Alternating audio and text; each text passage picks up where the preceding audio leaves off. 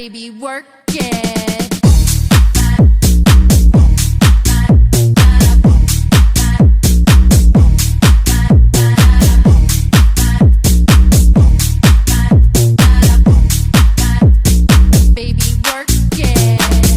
This Cajun chicken pasta is one of my favorite recipes to make. It's creamy, cheesy, and spicy, just the way I like it. Marinate the chicken with all the spices on the screen for at least half an hour.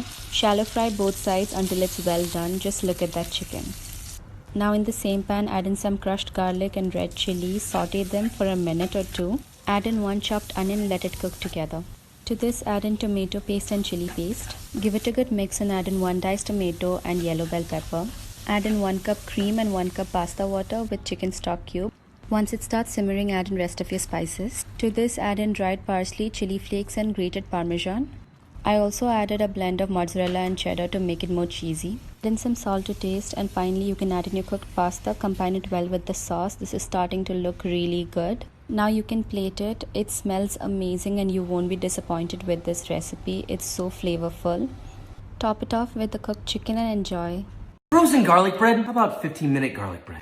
Medium bowl. 1 cup of salted butter, softened. 1/4 cup fresh chopped parsley. 4 cloves of garlic. Crush them all. Mince. And half cup of Parmesan. Mix together till it looks like this. Ciabatta. Cut in half lengthwise. Take half your butter and just spread it all over. Don't they just look beautiful? Baking sheet, garlic bread on. Into the oven, 400. For about 10 minutes. Take it out. Oh my lord. Oh, le petit croissant.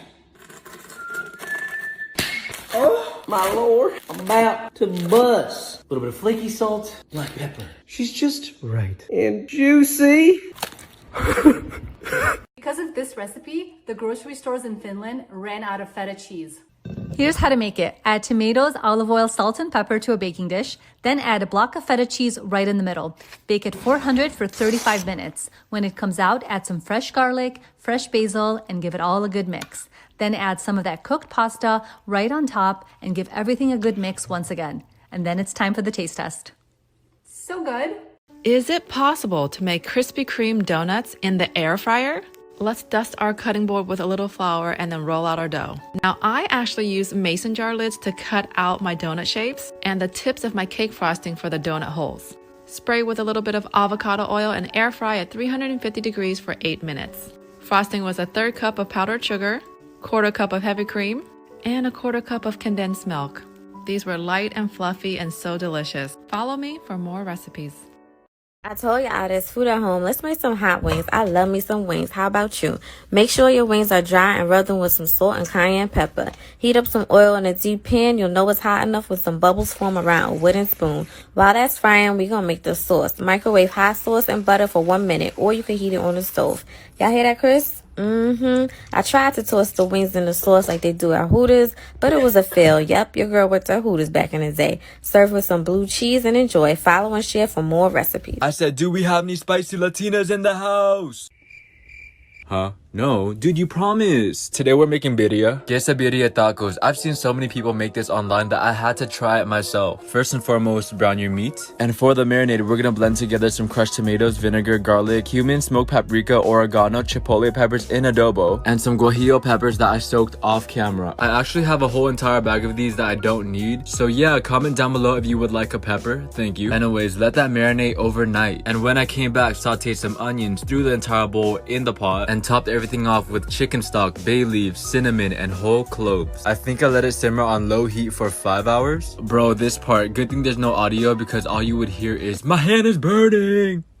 Ah! But yeah, that's pretty much it. Assemble your tacos. Whenever people make reviews of this, I'm always like, yeah, you're exaggerating, buddy. Yeah, they weren't exaggerating, bro. These are some of the best tacos that I've ever had in my life. I really hope you're not sick of the tortilla churn yet, because I have one that's gonna blow your mind. It's basically a fusion between a Crunchwrap Supreme and the tortilla wrap. To one corner, add your nacho cheese. Add sour cream to the opposite side. In the third corner, add your lettuce, tomatoes, and Doritos. And in the last one, add your ground beef and shredded cheese. Now just wrap it up, toast it, and enjoy. I'm sick and tired of it. Everyone's saying, oh my god, I love a Frappuccino. We're gonna make one with actual coffee. Hot. 1 cup of sugar. Quarter cup of water. Mixed together. Onto the stove. Heat medium high. Once melted, let that boil. Once it turns a nice amber color, whisk in. Half cup of butter. Half cup of heavy whipping cream. 1 teaspoon of salt. 2 teaspoons of vanilla extract. Ooh, brother. Pour into a heat-proof container. Let that cool completely. So it looks like this. Blender. 2 cups of ice. Half cup of cold brew. 3/4 cup of milk. 3 to 4 tablespoons of caramel. Blend. While blending, half teaspoon of Zan Gum. Caramel. You a Frappuccino. Nice little whirl. And of course, some of that. Oh, I think we might have did something right here. Straw. Oh my gosh, that's delicious. Thank you. Who needs Starbucks? Let's do some cooking.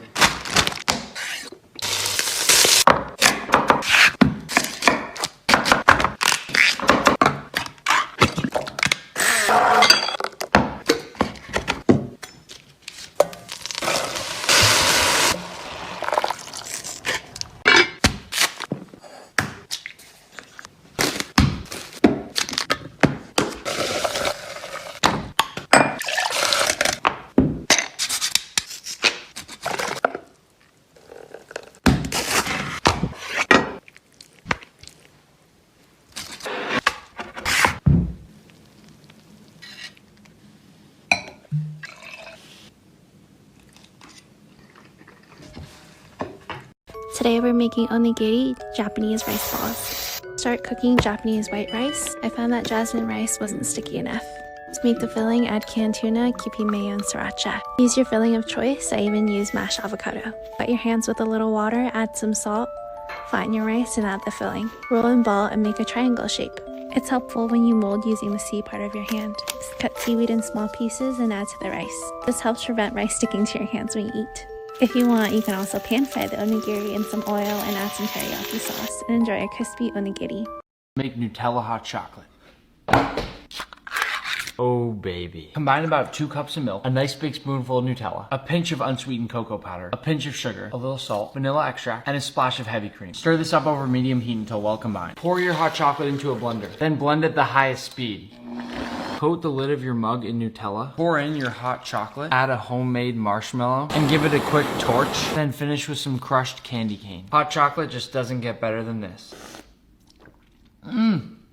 Okay, we've got another Code Ramsay. We're attempting his perfect scrambled eggs. Gordon, I hope you're watching. Now let's go! Starting with that heavy pot. Ouch! 3 eggs, a little knob of butter broken up a little bit. I checked and our knobs are exactly the same size. The heat, just a touch over medium, and immediately begin beating those eggs. A constant beating, kind of like Gordon's time with Marco Pierre White. So about 30 seconds on, 30 seconds off, constantly beating. And we'll do that 3 or 4 times. Oh. Dude, I did not mean to do that. And back on. Clear those sides down so they don't stick. Now, when they're looking like this, about a ½ tablespoon creme fraiche. Stop that cooking process, season it up a little, and some fresh cut chive. Some beautiful toasted sourdough, touch of quality olive oil, and your perfect scrambled egg. I hope you like it. It tastes delicious, but we're gonna leave it to Gordon. Wait, sorry. Say what, Gordon? Could you say it one more time? Woo! You know I love you and I'm out.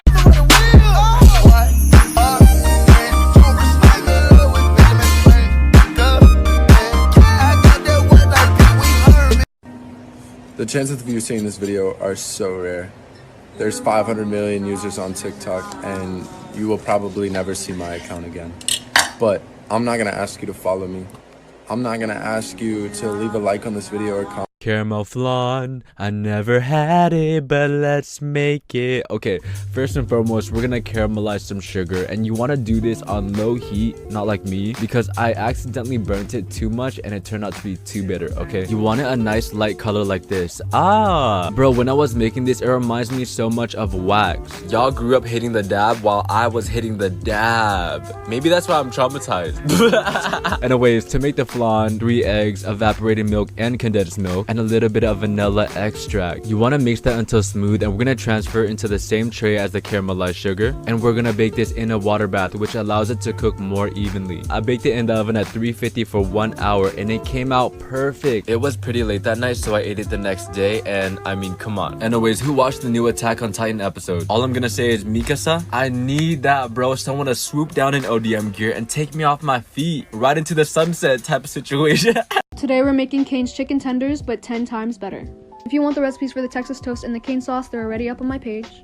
But for the chicken, you want to marinate it in buttermilk, 1 egg, and 1 tablespoon of garlic powder. For at least 1 to 2 hours, overnight is preferred. Now in a separate bowl, you want to add 1.5 cups of flour, a tablespoon of cornstarch, and a teaspoon of baking soda, a tablespoon of onion powder, garlic powder, black pepper, salt, and paprika, and 1 cup of Italian breadcrumbs. We're going to take our chicken from our marinade and dip it into our flour, dip it into our buttermilk mixture, and then into our flour again. Let them rest on a rack for 10 minutes.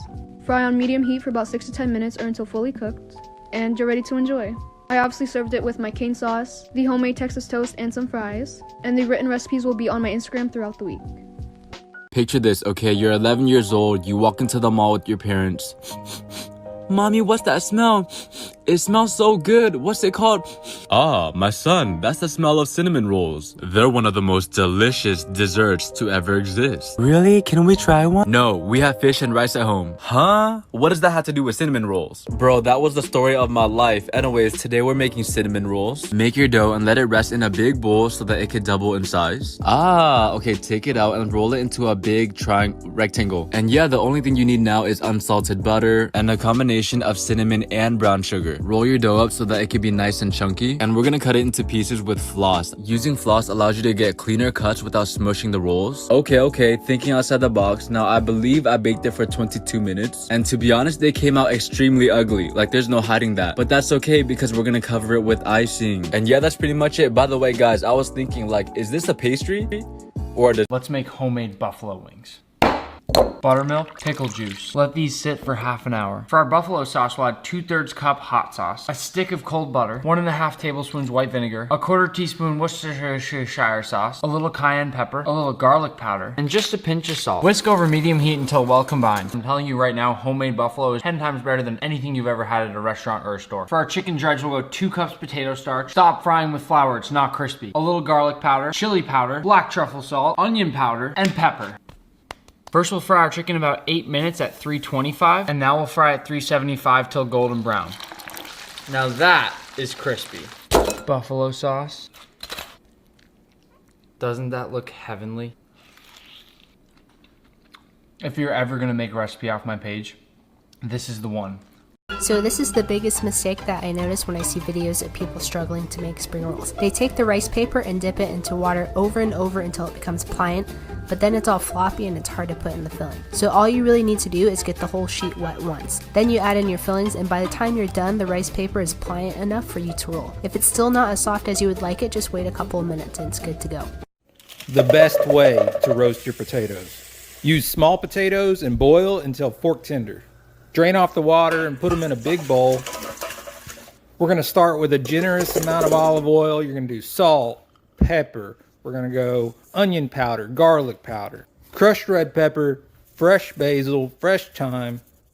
Get that all mixed together and dump it out on a lined baking sheet. Spread them out, give them a little room on every side, and then use a glass to smash them about a 1/2 inch thick. And then throw them in a 425-degree oven for about 30 minutes. But you're going to want to flip them halfway through. And you're going to end up with a soft interior, crispy exterior, the best roasted potatoes you've ever had. Let's do some cooking.